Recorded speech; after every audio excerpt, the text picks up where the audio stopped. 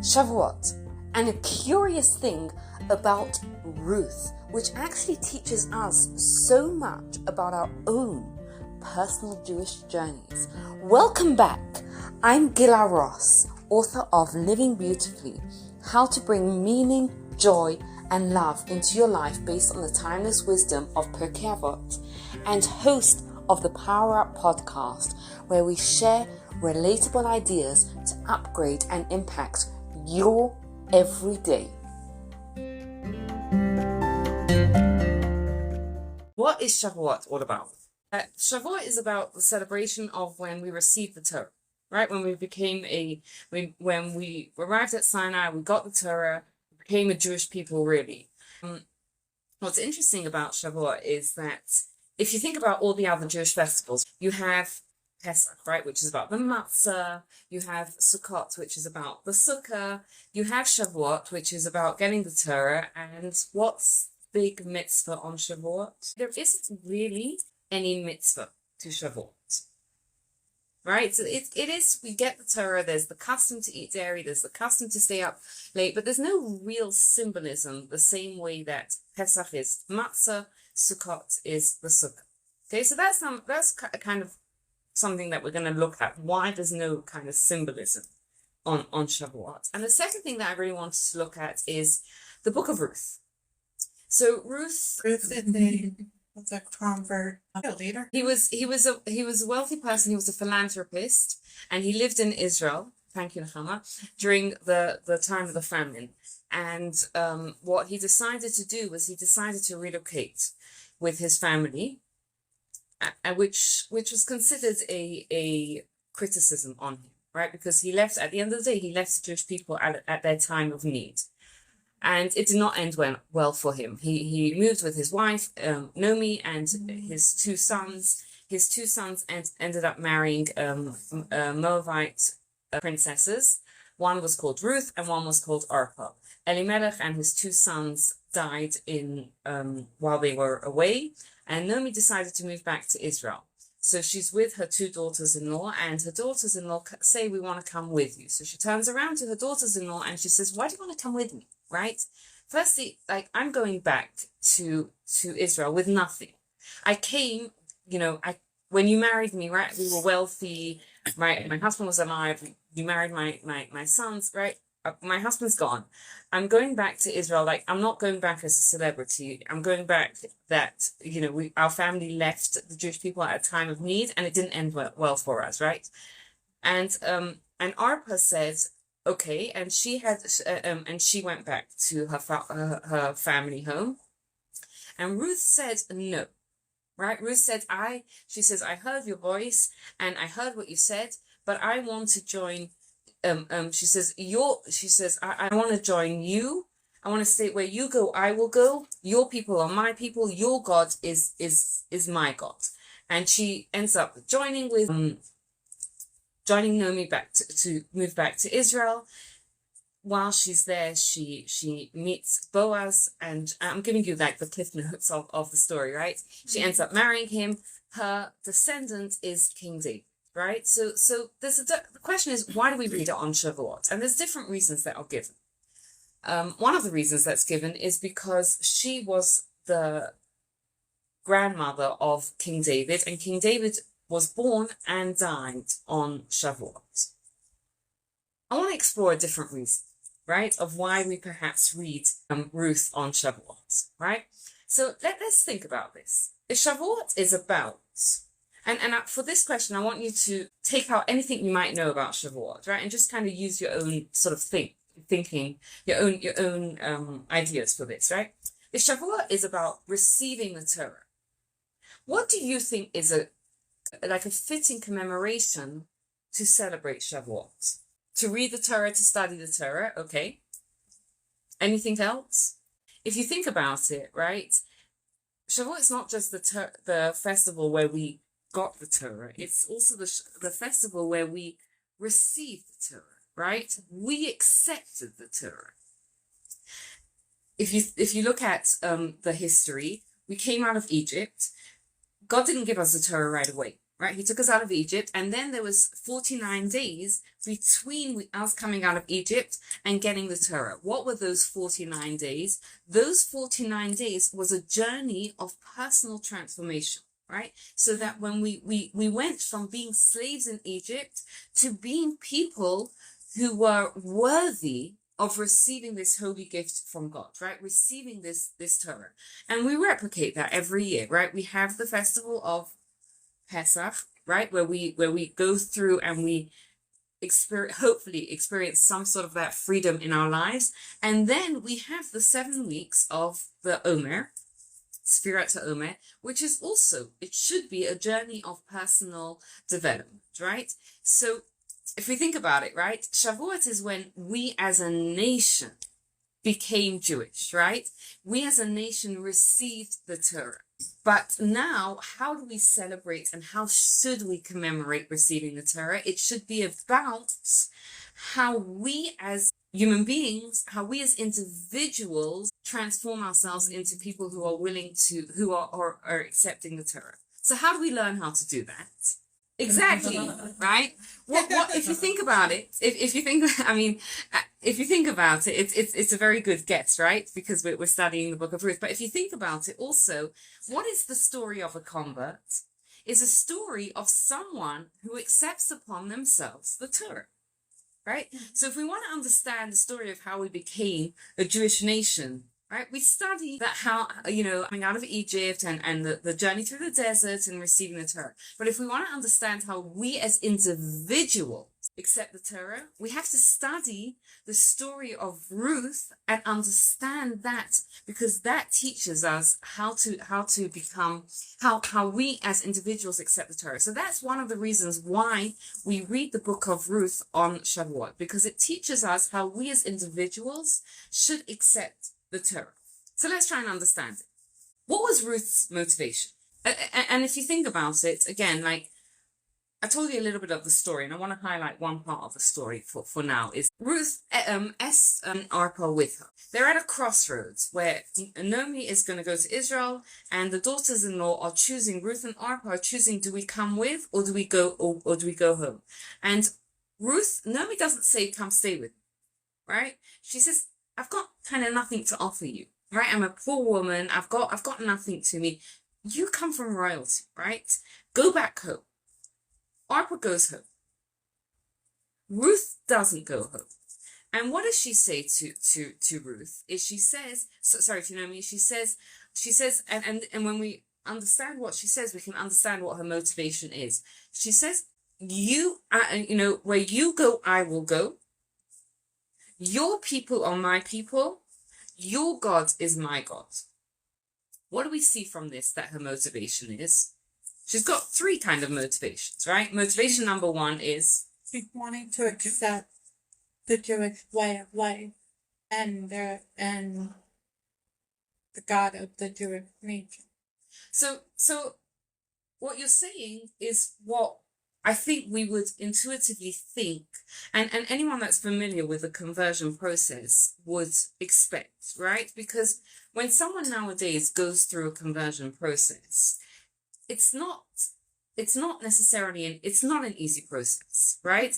A person gets pushed away. As Judaism as a religion, again, this is a different discussion, but Judaism as a religion doesn't encourage conversion, right? You don't have to be Jewish to be a good person. You don't have to be Jewish to have the world to come. If a person wants to become Jewish, they can, but it's a rigorous process because it's not just a privilege to be Jewish, it's a responsibility to be Jewish, right? So, and someone, a bet din, a Jewish court who's overseeing the conversion, what do they want to see? Is they want to see that this person who's making this commitment, because once a person converts, they can't go back, right? There's no like, 17 days, 14 days money back guarantee, right? there's none of that. It's lifetime, and if it's something, if they're a woman, it gets passed on through generations, right? So it's an eternal change, right? So it's a big decision to make. So when someone is going through that process, the Jewish court wants to ensure that that person has thought through this decision properly and is also doing it for the right reasons, right? Because they actually want the privilege and the responsibility of being Jewish. Now, what was Ruth's motivation is, and she says, number one, where you go, I will go, right? I want to be with you, right? Number two, she says, your people are my people, right? Which is what Nehemiah told us, is I want to be connected to the Jewish people. And number three is, your God is my God. What's the problem with this? Anyone has a problem with it? Because it seems at first glance slightly problematic, right? Because what I would kind of imagine is if, let's say, someone came and said, I want to be Jewish. Why do you want to be Jewish? Well, I believe it's truth, or because I want to have that closer relationship with God, right? Whereas what Ruth is actually saying is, my primary motivation is to be with you, and I want to be with your people, and only the third motivation is to be with God, right? It's because it's to accept God's honor, right? Which is weird, right? It's what is going on here? Really, it seems like it should be the other way around. I want to accept God, I want to be part of the Jewish people, and I want to be with you. She's teaching us a profound lesson. And again, when we understand the story of Ruth, we understand how we as individuals accept the Torah in our lives. This is what Ruth is telling us, the book of Ruth is teaching us, is that we don't learn from texts. We don't just learn from texts, right?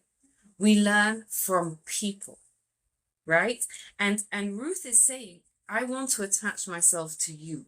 Why? Because she saw who Noemi was, right? And Noemi means ni'imat, which means pleasant, right?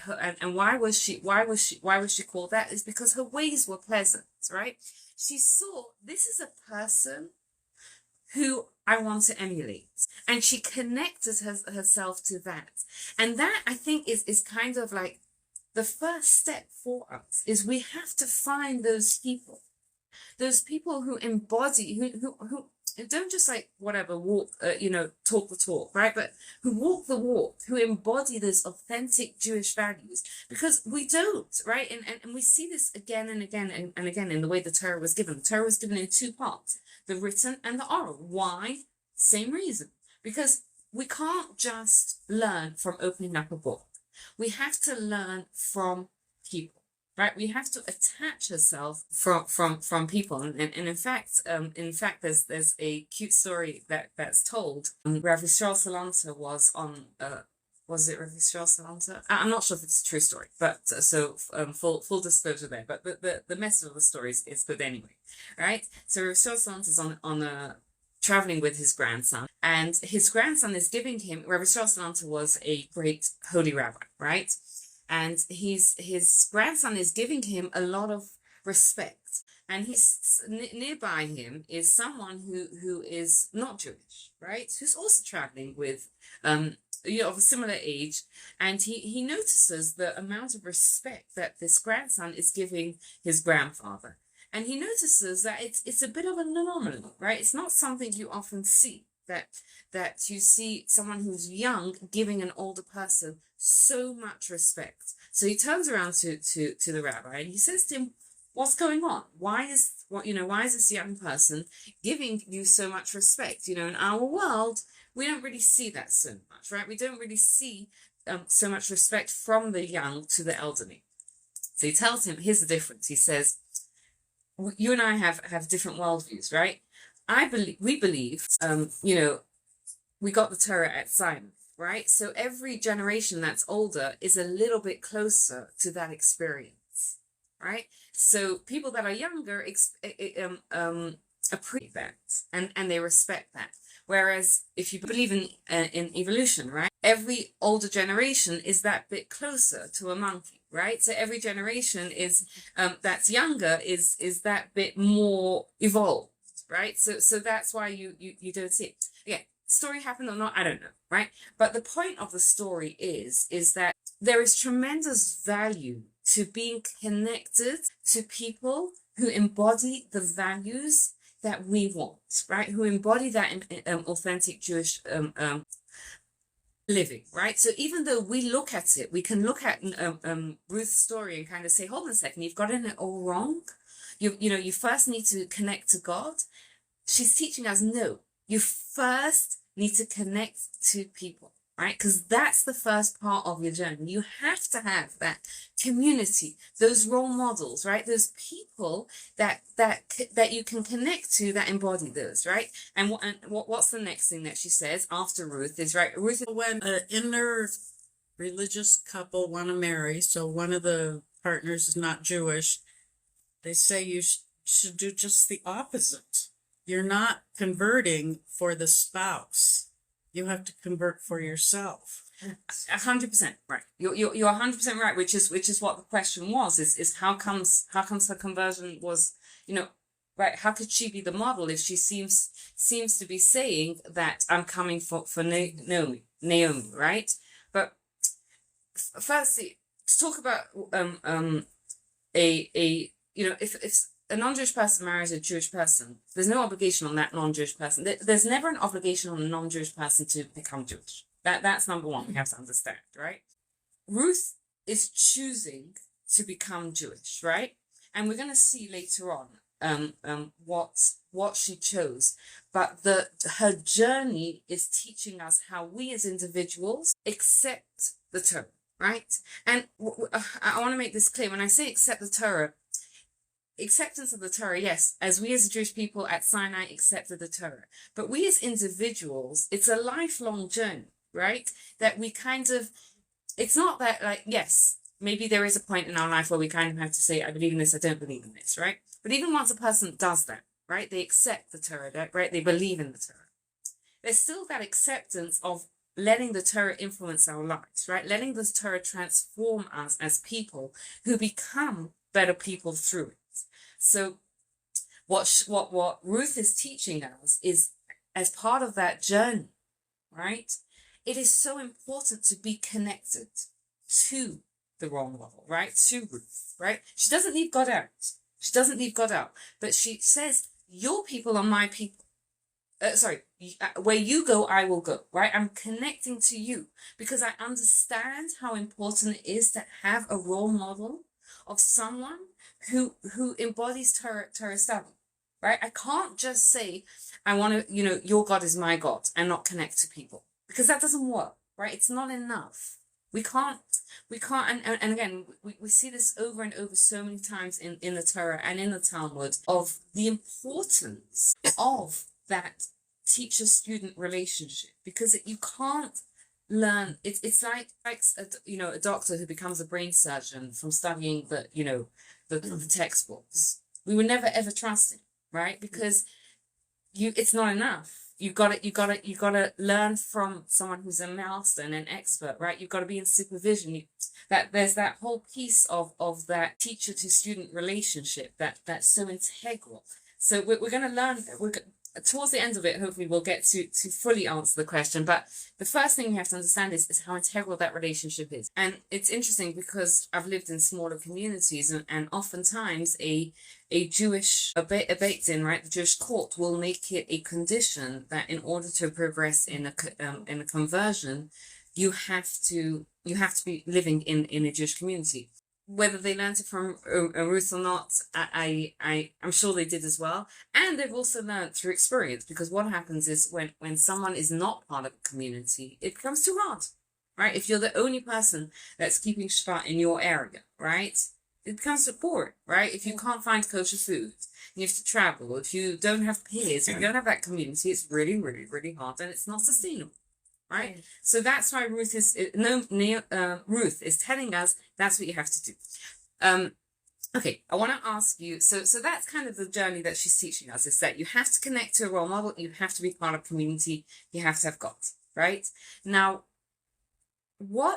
imagine if someone came to you and said, "I'm interested in converting to Judaism." Right, well, I want to know more about Judaism.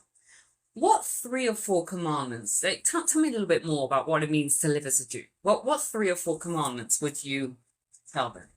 You can't pick out your sheets for this. It's like keeping Shabbos. Shabbos, yeah.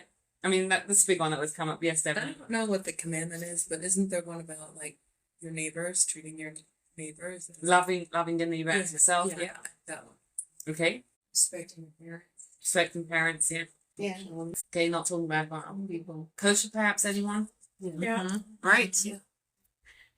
What does Naomi tell her? And there's a list on the thing, right? So she doesn't just tell her about Shabbat, right? She tells her about a specific category of law on Shabbat, which is called Tichum Shabbos, which, I am someone who Shabbos observant, right? Very rarely comes up. What is Tichum Shabbos? It means that you are not allowed to walk further than a certain boundary past the city. So when you live in a place like Denver, it very rarely comes up. The time it's come up in our lives is the few times we've gone on vacation somewhere remote, right? And you're the only house for quite a distance, right? It's a very, I don't know. When I think of Shabbat, I don't think of Tichum Shabbat. I think of no working, no phones, the kiddush, the meals, the whatever, right? The shul. For some reason, she chooses Tichum Shabbat. The second note, she tells us about six different things about this is what it means to be a Jew. The second thing she teaches her about is the laws of Yichud. I don't know if anyone here has heard of the laws of Yichud. Again, right, there's an interesting thing that's coming up here. One of the laws of Yichud is that there's laws about a man and a woman who are not related being secluded together for over a certain amount of time, right? And again, not such a well-known part of it, but I see a smile, and I see someone who could probably figure out the reasoning behind it. It just personally, I mean, my daughter in Israel, her husband will not be in the same room with me. I mean, it By yourself, by you mean? myself. I mean, this is where they hold. Period. So that was when I learned about this. Right. I don't know if there's certain laws about that might, what I'm the mother, his mother-in-law. So there are laws about it, and again, I don't know the personal thing, but like, for example, if you leave your door unlocked, that's usually good enough, right? If there's a law called, if someone has a spouse and the spouse is in the city, that kind. What is the ideas of the laws of Yichud? Is the idea that we'll get to it. I want you to have questions for right now. I'm not giving anything away yet, right? Right. I want you to sort of try and figure out, like, why is she giving us such an obscure picture of Judaism? The third thing she tells her is that there are 613 mitzvahs. Okay, I mean, if we think she's trying to scare her off, it sounds like she's doing a pretty good job, right? The fourth thing she kind of tells her is that about idolatry, right? That you can't have an idol. I don't know if that was something that Noah was struggling with, but that's what she tells her. It gets better. Right? The fifth thing she tells her about is capital punishment, right? There are certain, do not have Jewish courts that have this authority nowadays, but in the time when we had a Jewish court, there were certain things for which there was capital punishment for in Judaism. And the sixth thing that she tells her is that there's someone who has to be executed through a Jewish court when the Jewish court had the authority to do that, could not be buried in a Jewish cemetery. They had to be buried somewhere else. What on earth is Noemi getting at? Right? What is she trying? I mean, she's trying to give her a picture of Judaism, obviously, but it's, I think, a very different picture than any of us would have given, right? We would have spoken about Shabbat, we would have spoken about the interpersonal laws, the relationships, etc. What is she trying to do? Anyone has any idea? Is it to show the difference? Because, I mean, in other religions, you don't talk bad about people. Like, a lot of the things we mentioned would be applicable to this and to everybody, and these are different. Yes, and we're gonna sort of figure out what the differences are that she's highlighting. Yes, Patty Jo, and then the comment. So sorry. Okay. So because Ruth was from Moab, as we know, it's a nation that their ideal is not exactly all. So like they would do idolatry, and we don't believe in doing. The difference. I would think that being a part of the Jewish community, we have different obligations, and I think too with the comparison, new things that we have to deal with. Yes, And she's accept. yes. Ruth, I'm sorry. Naomi is telling her, look, you want to be with me, you want to be with my people, you want to be with my God. It's a responsibility. Let me give you a picture of what the responsibility is. And she specifically chose these 6 because these 6 give a very, very clear picture of what Judaism is. So let's try and understand it. Okay. First thing is Tchum Shabbat, right? What Naomi is telling Ruth at this point is that if you think Judaism is about the bar and bat mitzvah and the chuppah and those milestone moments where we bring our Judaism up, yes, it's about that, but it's about so much more about it. Judaism puts boundaries on our day-to-day life, right? Tchum Shabbat means you cannot walk past a certain amount on Shabbat, right? It's a detail, right? But it's a boundary. And she's telling her, if you want to travel this path with me, the first thing you have to understand is it's not just those milestone moments, right? It's not just the Hanukkah dinner or the Pesach Seder or the Bar Mitzvah celebration, right? It's about boundaries that it puts in our day-to-day life, right? And you might ask yourself, why do we need those boundaries? So she introduces the mitzvah of Yichud. What is the mitzvah of Yichud protecting? Adultery, right? At the end of the day, intimacy, sexuality is such a strong force in this world, right? For the good and for the bad.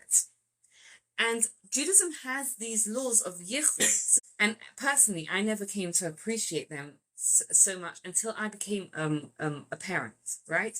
And I saw how, because when you're hiring a babysitter for your kids, and your kids are a certain age, it comes into play, right? If you have a boy and he's, I don't know, I don't remember the details now, because thank God we're at the stage of life where my kids are old enough to babysit, so I very rarely have to hire a babysitter. But I remember when my older kids were younger and I had to kind of think about this, and I was like, wow, because you're hiring a babysitter for your child and you're leaving them, and there's a lot of trust that has to go in there. And yichud is a laws that govern how a man and a woman of opposite gender who are not related, how long they can be together. And the whole premise is that they can't be together longer than it would take to be intimate with each other, right? What's the idea behind it? It's a protection, right? It's a precaution. And sometimes we look at the laws of Judaism and we're like, who cares, right? Like, who cares whether I pick up the milk in King Soopers that has a kosher symbol on, or the others, right? Or who cares whether I light Shabbat candles at this particular time or 3 minutes later, right? They're so detailed. It can be so easy to fall into that place of thinking like, why do these details matter? And I'll give you an example that I think will illustrate to us. I think there was once a time that at one point there was a bottle of water that was recalled. Why? Because it had a minute of that it was contaminated and that it could cause cancer, right? Now, it's a tiny chance. Would you drink that water? No, not at all. Why? Because the risk is too great, right? So you look at it, you're in the store and you're like, come on, like, what is it? A 1 in a million. Every time there's a safety recall, usually, what are the chances of that is going to happen? It's very, very small. But we will listen to those safety recalls. Why? Because the chances are too great, right? The risk is too great. And it's the same thing here. It's the details matter. Why? Because the things that Judaism, those boundaries that Judaism puts into place, the things that they are protecting are so valuable.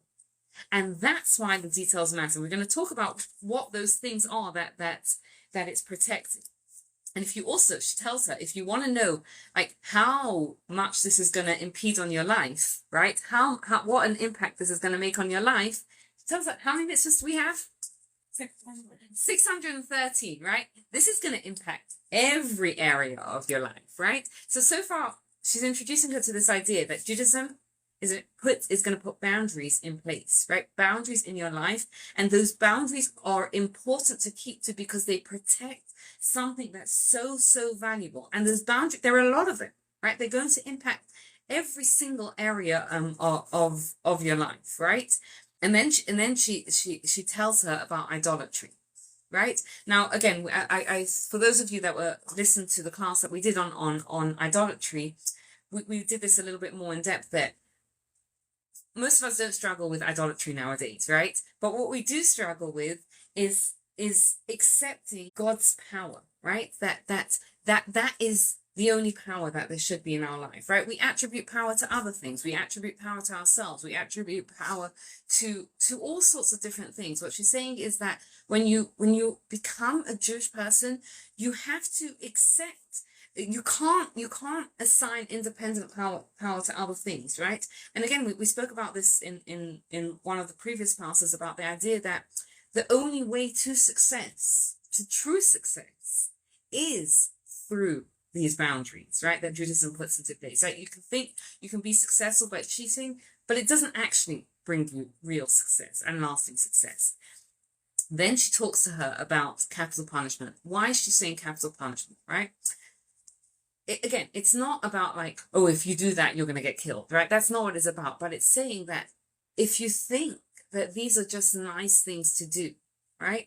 We have to understand that, again, the boundaries are in place to protect something valuable. And because our actions actually have impact, right? Just like we see it, right? You say something nasty to someone else and you see that, or we know, we don't necessarily see it, but right? Let's take an extreme example. Someone kills someone else and that there's a real impact there. Every single one of our actions has a real impact. And she tells her, you want to know how long that impact is? It doesn't just last this lifetime. It lasts beyond it, right? Because we have an eternal soul. She says that's why someone who's an executed Jewish criminal can't get into buried in a Jewish cemetery, because the impact of our actions is an impact on our soul that's for eternity, right? So she's telling her, you said, right? Ruth is telling us, right, the pathway to personal motivation, right? I want to be with you. I want to be part of your people. And she's saying, great, right? But this is what it entails. It's boundaries that puts into place because we as human beings have a divine soul, right? And that soul lives on for eternity, and that soul and what we do in this world has an impact. And therefore, there are boundaries that impact every area of our life because what we do is so impactful and so valuable. And that's what she says, that's what you have to understand when you're coming to it, right? But there's one more thing that we have to also understand, right? Is that she says Ruth teaches us, right, the pathway to motivation, right? But at some point, for everyone, the going gets tough, right? It doesn't matter where someone is on their Jewish journey. It doesn't matter whether they grew up religious, they didn't grow up religious. I think, and I have yet to be corrected on this, I think at some point it gets tough for everyone. Right? And it gets to a point where, sometimes we're let down by a role model. We're let down by our community, right? And this is where Ruth is saying, your God is my God, right? Because it's not just about motivation. It's also about commitment and persistence, right? And that's why what your question is that you asked is that it's an integral part of it, right? Because if you're not coming to Judaism because you believe that this is this is the truth, and you want a relationship with God, what is going to keep you going when the going gets tough, right? Absolutely, we have to set ourselves up by having those role models, by having that community, and by having that personal commitment to the truth. And perhaps this is a little bit of the story of why we read Ruth on Shavuot, because it teaches us a little bit about what Judaism is, that Judaism is this system to protect, right, and to protect our soul, to protect eternity, which is for eternity, right, to protect the impact that we are going to have on this world, right, and that's not just those milestone events. That is a day-to-day practice by all our things, and Ruth teaches us the pathway to bringing this into our life, right? That we have to have the motivation, right? We have to surround ourselves with the people that will motivate us, and we have to have the commitment to the truth that will keep us going when the going gets tough. Thank you for spending your time listening. If you enjoyed this, you'll love my new book, Living Beautifully, which you can get now with the code AVOTE25 for 25% off. I'll include the link and the coupon code in the show notes. Thank you so much for taking the time to listen, and please subscribe, share, rate and review the podcast to help us grow.